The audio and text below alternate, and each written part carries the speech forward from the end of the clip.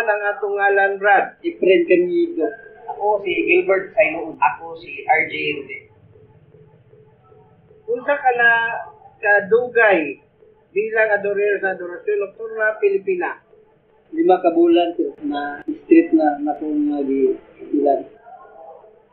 Ako mga siyam. January street. Ako almost 1 year, pero ako last year, October, November, December, wala ko naka-attend sa adorasyon. Ako na tungkol sa akong asawa na nagkikimig balik-balik sa hospital. Amin, gawas sa cancer. Unsa man ang nag-audio mo sa pag-apil sa adorasyon? Si Brad Gilbert Sailoon mo ay nag-audio sa kuha nga kapilon ko diri sa adorasyon. Sa kuha po, Primero, obligasyon lang ba kay si Father Gilbert Sailoon naging sa mga kinahanglan tanang PSC, membro sa adorasyon. Ako tayo akong ikuhan Primero. Ako ba yan? Nadali dito ko kay nga dito mo mabati ang labi na sa masaho na ito sa buo. Hindi mo mabati ba? Madasi juga kay kumplito siya sa pag-alpo.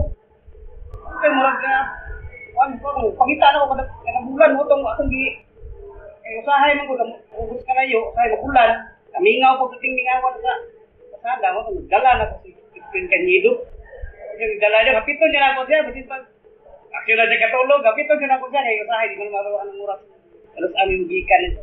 Ako na, udyog na ako, magiganahan ako ba? Pangita na ako siya. Dili po siya bukat kay isa naman sa kabulan. Para sa kuha, adorasyon nocturna, awag siya sa Ginoo. Ay first lang ang apel sa adorasyon, murag anhilan ko sa diador lang ko. Wala ko sabot ka ba? Sa nini. Ang gusto na kasunod bulan, wala na kasunod-una. Ang si Brad, si Real, yung Brad, wala mo na yung ganyan. Tama din ang silang, kasunod na. Ako, nakabalik ako ko. Ang Brad, dito lang ko na lab ang adorasyon na katungkal. Nagsige na kukan ba?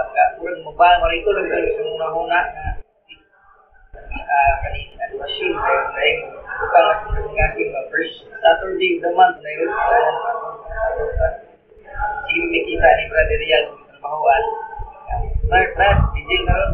Sige, na antod na utang na sunod sa akong kasing-kasing na ay siya'y nindot ni Victor. Sabi na nga, nangalagan sa isip, nakapisil, nilangan kayo na i-ador na to ang Ginoo. Nahibalaan na mo, nalagyo man di ay inyong hikanan. Asa man di ay mo nakapuyo? Purok Dalyaon Plantation. Ako nga sa Purok 8, Dalyaon Plantation. Ako nga Purok 5, Dalyaon Plantation, Sagrada Familia.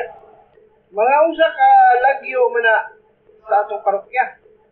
12 ka kilometro.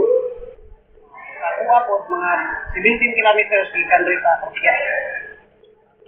Ang ako gikan din sa parokya, padulong sa Amua, 5, 15 kilometers. Unsay nakapadasig ninyo, bisan layo mo, nagpadayon gyapon mo sa adorasyon nocturna Pilipina. Alaman. Sa kuha, sa pagsugod pa lang sa pag-agni pa lang sa ni Gilbert Sailoon sa kuha na muapil sa adorasyon na Pilipina. Sa una pa lang niya pagdala sa kuha, gibati na nako ang kadasig mo nga sa hinay-hinay iya dito na dala niya dire na street pagyud na po ang 5 ka bulan pag-apil sa adorasyon. Ang sa kuha ang kapadasig sa kuha, kapalo ko nga kulang pa, gusto nila ko mailan na Ginoo. O nang kadasig di ko maayo kay diri ra ka panahon ibuok gabi ba, puro pag-ampo ba. Dahil dito sa normal lang nga naglaw-adlaw nga ginabuhi. Dire, bilo kasi mo matauban. Kaman, tagaan mo diyan, pila ka oras sa pag-ampo. Maila-ila yun mo kung saan ginubuhi. Kay, sa mga pag-ampo, hanay na siya ba? Kung imuha dyan siyang buot sabton, matisok siya, mo gila lang siya una-una, di mo kasing-kasing. Kung pangitao na gini mo siya. Kada ako, di na gini mo malintan ba? Kung sa paang panahon, ulan ba o gusto lang sa mga lugar? Ulan o normal nga adlaw, nagkamot yun nga makaano yung break. Nagkamot yun yung break. O ba ni Project Friend, hindi siyang dahil, okay, hindi nga po kay kasada, usahay. Ano lang? Kuha Brad, laong lang yung sinabi sa Luzon kay Gabi kung sa kaya nga sa pinabuhi. Sa masawa, breast cancer, kuha sa breast cancer niya, malabis treatment, di mo naabot sa full time, naabot sa inang brain, na imong brain tumor.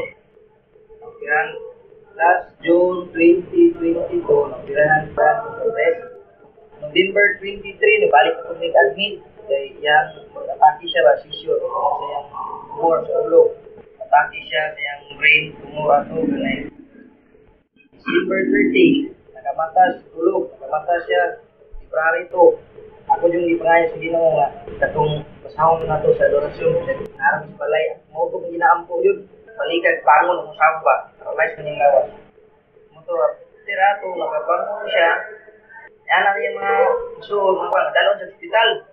Motor, yan ang doktor na, tadi nga kasi mga doktor no, nagidok, nagidok pag-asa ng asawa, tirahan ka, kung matanggal na kung tumor, possible, yung mata, hindi ka kita, left side, kaning half ng lawas, paralyzed.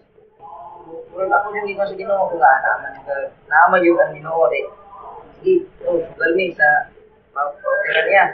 Salamat sa Diyos sa Ginoo nga niyang gihatag sa asawa, bisan ba sa mga istorya sa doktor na paralyzed na mga effect ba. Ito sing lawas ni Kuman Supira. Sa isa, yung hitabo, wala na paralyzed, yung lawas, wala na halap yung mata. Successful ang operation na doktor. Mana to sa iyang operation, hindi siya digestion, pagkahuman karon ibong therapy na siya. Ang ipangayas sa Ginoo nga unta, mahatag niya kayuhan, magdala na ko ibong pamilya ang ador ni. Hatag ng panahon ba sa Ginoo, kay matod pa sa Ginoo nga dili ba ka mo makahatag na ko pagtukaw isa sa oras lamang mo nang pan Ginoo ra gina sa oras sa pangayas ko sa hatag. Ihatag siguro sa Ginoo pa. Abangan din niya ba? Matili ra ko siya sa Ginoo. Kasi sulod ba nga doon adorasyon. Mo gina experience. Salamat din. Salamat, Brad. Daigon ang Ginoo. Hangtod sa kahanturan.